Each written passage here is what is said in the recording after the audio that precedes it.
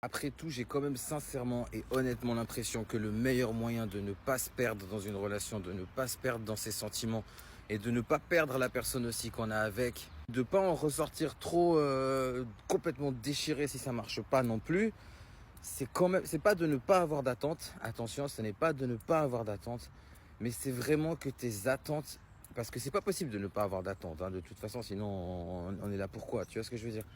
Mais c'est vraiment que tes attentes, elles évoluent avec le flow.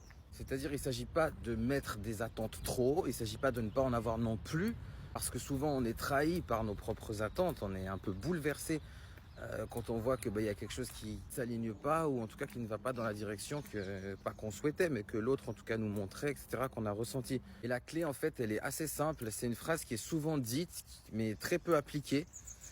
C'est de laisser le temps faire les choses. On se projette pas comme des malades.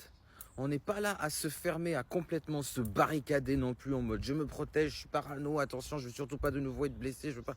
Non, parce que sinon, tu peux pas, comme j'ai déjà dit, laisser des relations néfastes du passé avoir encore un impact négatif aujourd'hui sur ta vie et sur tes actions d'aujourd'hui et du futur. Donc ça, c'est pas possible non plus. Réellement, de ressentir cette hype de je vais avec le flow et surtout, j'apprécie le moment présent.